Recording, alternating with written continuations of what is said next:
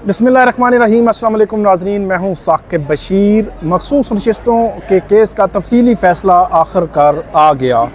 12 जुलाई को supreme court के supreme court जो फुल कोर्ट थी उसने ये फ़ैसला दिया था, जिसमें 8 जजेज़ ने PTI को मखसूस नशिस्तें देने का फ़ैसला दिया था। पेशावर हाई कोर्ट का फ़ैसला कलअदम करार दिया था। 8 में से 5 जो जजेज़ हैं, जिनमें से 2 जस्टिस अमीनुद्दीन खान और जस्टिस नईम अख्तर अफ़गान, उनकी अलग राय थी, उन्होंने इख्तलाफी नोट लिखा था। और इसके अलावा चीफ जस्टिस काजी फ़ाइज़ ईसा और जस्टिस जमाल खान मंदोखेल, उनकी अलग राय थी, और जस्टिस याहिया अफरीदी, उनकी अलग राय थी।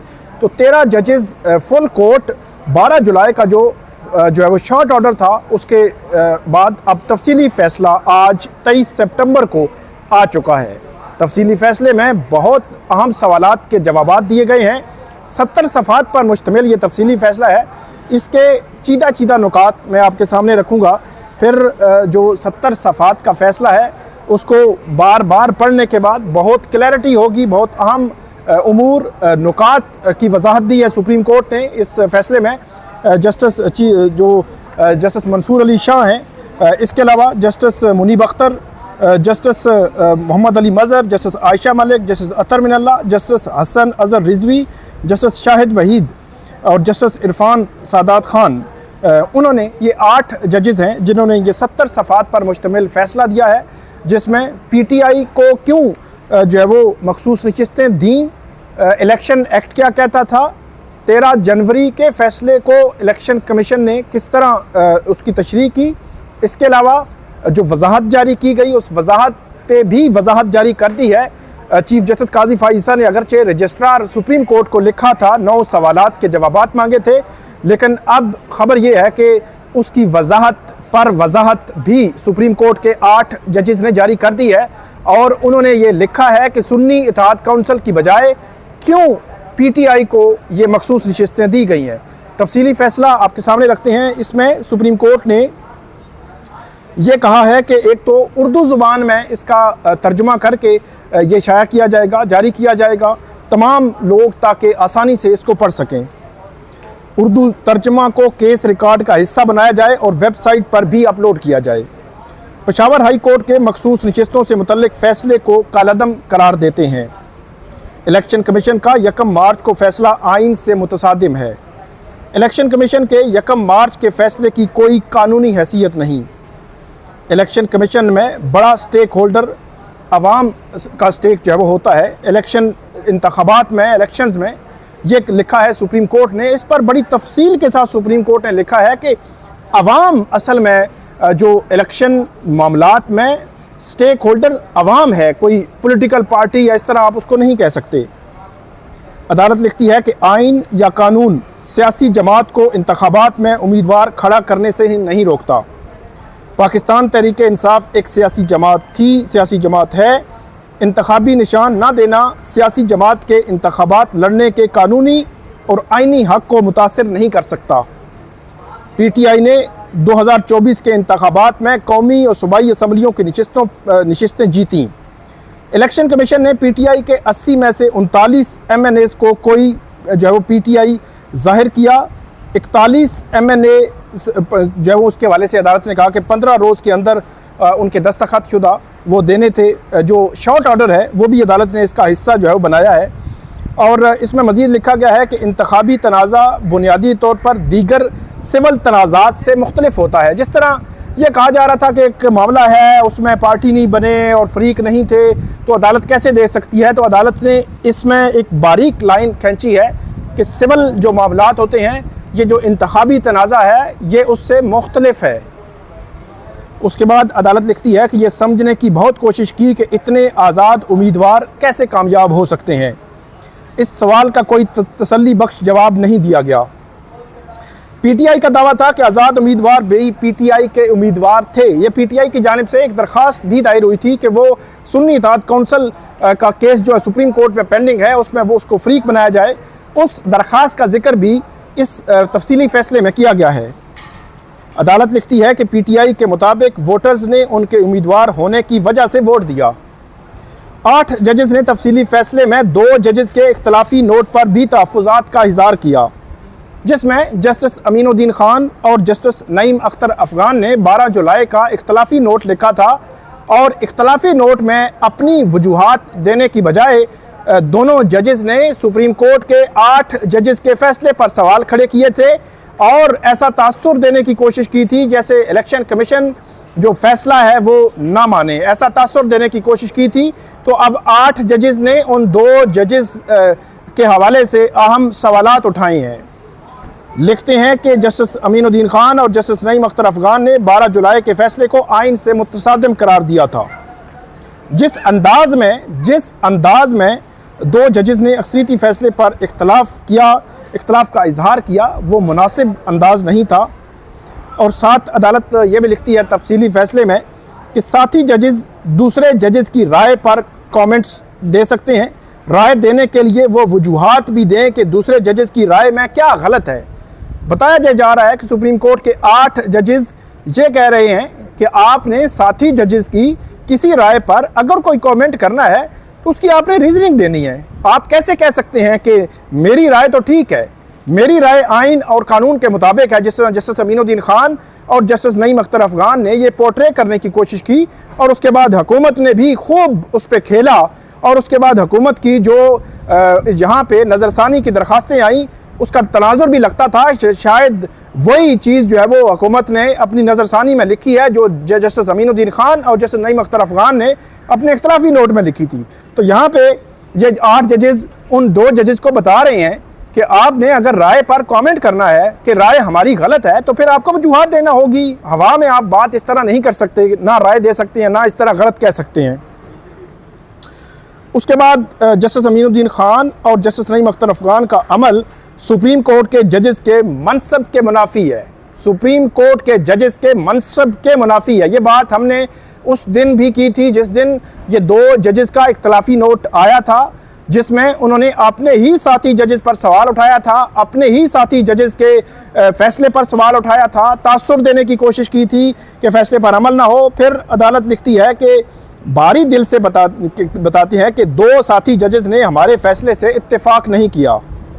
बतौर बेंच मेंबरान कानूनी तौर पर हकायक और कानून से इख्तलाफात कर सकते हैं। जिस तरीके से जजेस ने इख्तलाफ किया वो सुप्रीम कोर्ट के जजेस के तहम्मुल और शाइस्तगी से कम है। 2 जजेस का ये अमल अदालती कार्रवाई और फरहमी इंसाफ में रुकावट डालने की कोशिश है। 2 मेंबर जजेस ने इलेक्शन कमीशन को कहा कि सुप्रीम कोर्ट के अक्सरियती फैसले की तामील न करें। 2 जजेस 80 जो है वो कामयाब उम्मीदवारों को वार्निंग जो है वो दी उन्होंने। परेशान कुन बात यह है कि जजेस अपनी राय देते हुए हुदूद से तजावुज़ कर गए। ऐसी राय मुल्क की आला तरीन अदलिया की सालमियत को नुकसान पहुंचाती है। जिस तरीके से 2 जजेस ने अपने फैसले में लिखा वो उन्हें ज़ेब नहीं देता। इलेक्शन कमीशन मुल्क में जमहूरी अमल का जामिन और हुकूमत का चौथा सतून है। ये कहा है, इस तफसीली फैसले में कहा गया है। यह भी कहा गया है कि इलेक्शन कमीशन मखसूस नशिस्तों पर PTI के उम्मीदवारों को नोटिफाई करे। PTI कौमी असम्बली में मखसूस नशिस्तों की हकदार है। आइन और कानून किसी शहरी को इंतखाबात लड़ने से नहीं रोकता। अवाम की ख्वाहिश और जमहूरियत के लिए साफ शफाफ इंतखाबात ज़रूरी हैं। इस तफसीली फ़ैसले में बार बार इलेक्शन कमीशन को ये याद दहानी कराने की कोशिश की गई है कि आइन और कानून के तनाजुर में इलेक्शन कमीशन ने साफ शफाफ इलेक्शन कराना इलेक्शन कमीशन का जो है वो उस पर ज़रूरी है। और इलेक्शन कमीशन के हवाले से एक ऐसी ऑब्जर्वेशन जो यकीनी तौर पर इलेक्शन कमीशन के ख़िलाफ़ चार्जशीट है कि इलेक्शन कमीशन 2024 के इलेक्शन फ्री फेयर इलेक्शन कराने में नाकाम रहा है। अदालत ने लिखा है कि ये जो केस अदालत के सामने है इस तनाजुर में जो है वो ये इंडिकेट कर रहा है कि इलेक्शन कमीशन का कंडक्ट क्या रहा है। फैसले में ये भी लिखा गया है कि PTI जो है वो PTI के हवाले से लिखा गया है कि अवाम की ख्वाहिश और जमहूरियत के लिए साफ शफाफ इंतखाबात ज़रूरी हैं। आइन अवाम को अपनी जमहूरी रास्ता अपनाने का इख्तियार देता है। अवाम का वोट जमहूरी गवर्नेंस के लिए अहम है। PTI की केस में फ़रीक बनने की दरख्वास्त हमारे सामने मौजूद थी। ये दरख्वास्त PTI की जानिब से जब मखसूस नशिस्तों के केस में फुल कोर्ट की समातें हो रही थी उस दौरान बैरिस्टर गौहर और उमर अयूब की जानिब से दरख्वास्त दायर की गई थी कि यहाँ पे सुन्नी इत्तेहाद काउंसिल की जो मामला सुप्रीम कोर्ट के सामने पेंडिंग है उसमें हमें फरीक बनने की इजाज़त दी जाए। ये दरख्वास्त सुप्रीम कोर्ट के सामने आई, लेकिन इस बेंच के सामने फ़िक्स ना हो सकी। क्यों नहीं फ़िक्स हुई, इस पे भी आगे मामला आया है। अदालत लिखती है कि उमूमी तौर पर फरीक बनने की दरख्वास्त पर पहले फ़ैसला किया जाता है। मुतअद्दिद मुकदमात में कह चुके हैं, इंसाफ में अदालत किसी तकनीकी उसूल की पाबंद नहीं है कि कोई तकनीकी उसूल हो उसकी पाबंद नहीं है अदालत, ये लिखा गया है। और ये भी कहा गया है कि सुप्रीम कोर्ट के तफसीली फ़ैसले में इलेक्शन कमीशन के रवैये पर भी जो है वो हैरानगी का इज़हार किया गया है। इलेक्शन कमीशन बुनियादी फरीक से मुखालिफ के तौर पर कैसे लड़ता रहा। मतलब एक पॉलिटिकल पार्टी है, वो पीटीआई हो, मुस्लिम लीग नून हो, जेयूआईएफ हो, पीपल्स पार्टी हो, कोई भी XYZ कोई भी पॉलिटिकल पार्टी हो, उसके हवाले से इलेक्शन कमीशन ने एक गैर जानिबदार के तौर पर कंडक्ट करने हैं मामलात कि फेयरनेस बरकरार रहे, शफाफियत बरकरार रहे, लेवल प्लेइंग फील्ड जो है वो तमाम को इक्वली बराबरी की सतह पर मिले। तो ये जो तासुर है कि जो इलेक्शन कमीशन है वो इसको किस तरह करता रहा, एक फ्रीक बन के कि इलेक्शन कमीशन ऐसे इसको पोर्ट्रे करता रहा जैसे वो एक पीटीआई या एक पॉलिटिकल पार्टी के मुखालिफ फ्रीक है। कि वो आप इलेक्शन कमीशन में देखें, आप पेशावर हाई कोर्ट में देखें, आप सुप्रीम कोर्ट में देखें, यहाँ पे सुप्रीम कोर्ट में इलेक्शन कमीशन को ये याद भी कराया गया कि आप फ्रीक नहीं हैं, आप एक इंडिपेंडेंट एक इदारा हैं जिन्होंने इलेक्शन कंडक्ट कराने होते हैं। इसमें अदालत ये भी लिखती है कि इलेक्शन कमीशन मुल्क में जमहूरी अमल का जामिन और हुकूमत का चौथा सतून है।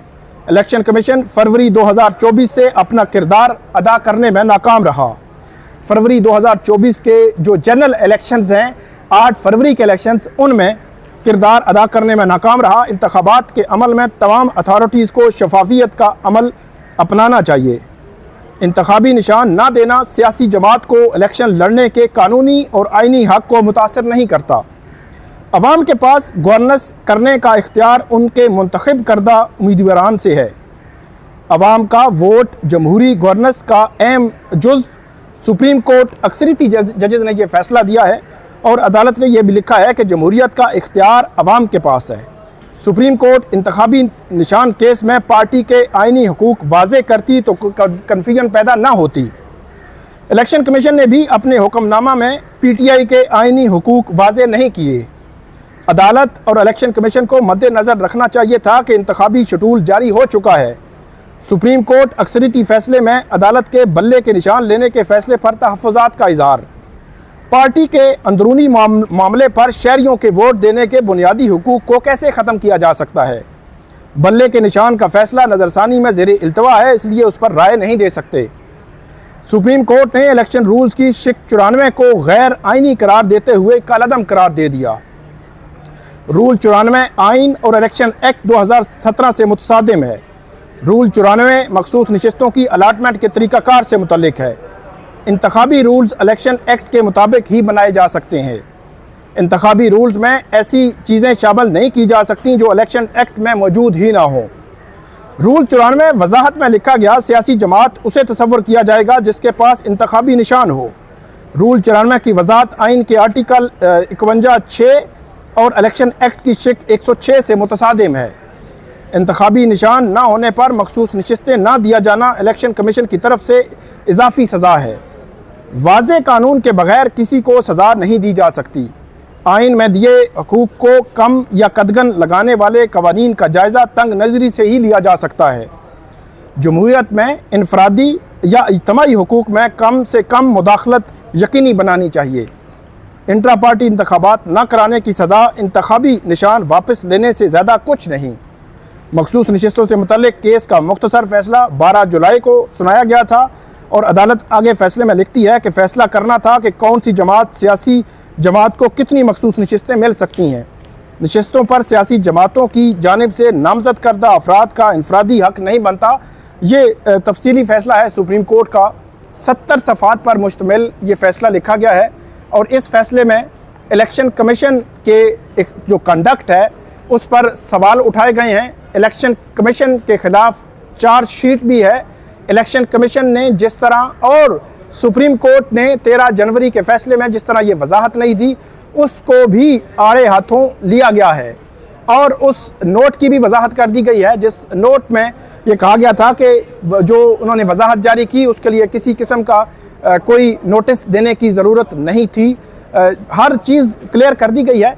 अब देखना ये है कि इलेक्शन कमीशन इस पर अमल करता है या नहीं करता और हुकूमत इस हवाले से क्या सोच रही है। तो ये थी आज की हमारी वीडियो। नेक्स्ट वीडियो में भी कुछ अहम नुकात जो इस फैसले में मज़ीद भी दिए गए हैं वो आपके सामने रखेंगे। आप हमारे साथ रहिएगा। हमारा यूट्यूब चैनल सब्सक्राइब कर लें, बेल आइकन का बटन प्रेस कर लें। अल्लाह हाफिज़।